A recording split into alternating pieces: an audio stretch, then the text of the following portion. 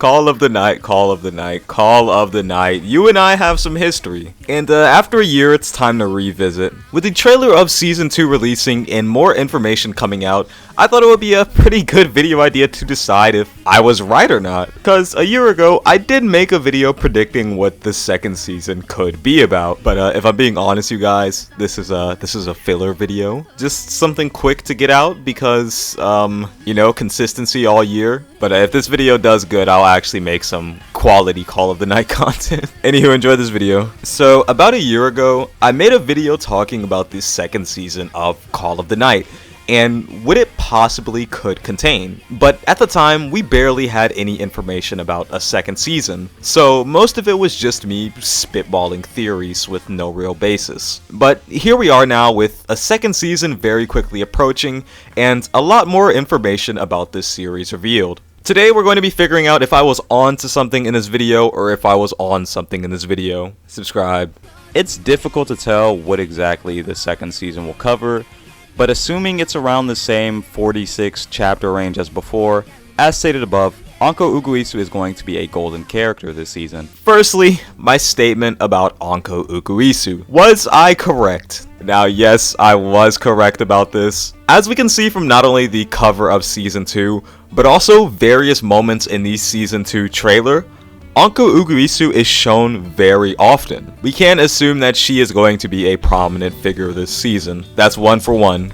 Probably the star of this season competing with Hoshimi Kiku. We're going to learn more about Hoshimi Kiku's relationship with Mahiru, along with more about Hoshimi Kiku herself. Second, was I correct about Hoshimi Kiku being a prominent figure in the upcoming second season? Well, maybe. I actually don't know. In the trailer, Hoshimi Kiku doesn't appear to be visible. But assuming that the anime does follow this same 5-volume trend, which it most likely will, this season will end near the 10th volume. By that point, Hoshimi Kiku certainly will have made some appearances, but it won't actually be until volume 11 and so on that Hoshimi Kiku becomes a prominent figure in the story. So was I right about this? No. But like, surely I get half points, right? Right? I mean, she's seen. She'll be seen, just not important. No, you know, I got it wrong. Let's just move on. Later on, we're also going to learn more about Anko Uguisu and her relationship with Nazuna and Hoshimi Kiku. Third, was I correct about us learning more about Nazuna and Anko Uguisu? Without even looking at the volumes, we can see that not only from the cover arts, but the multiple instances in the trailer itself, that Nazuna and Anko Uguisu are seen a lot, and in even some scenes, it's very subtle, but we can see parallels drawn between the two characters. So, I guess that means I'm right? If you want further proof, if we do take the volumes into consideration, Nazuna and Anko's history falls within that volume 8 points, and since the series, in theory, is going to flow through that all the way to the 10th volume, then I guess, yeah, I was right about that. So we're 2 for 3. And if the anime really does follow this 46 chapter trend, then this season will end on chapter 92.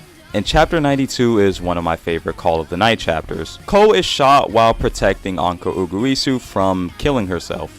And after he's shot, he lies on a table for a second. However, slowly after, gets back on his feet and confirms that Anko Uguisu is alright. This scene signals the true start of Ko's time as a vampire, which will most likely lead into Season 3. Was I correct about when this series will end? I actually kind of think I was, surprisingly. I mentioned the series ending at chapter 92, which actually falls into volume 10. In fact, I think I got it spot on that this season will end at Ko becoming a half vampire, then using that to segue into the third season. So that's what, 3 out of 4? You know, technically 3.5 if you want to give credit for Hoshimi Kiku, since I wasn't 100% wrong. But that was my last take and the final thing that I covered in this video.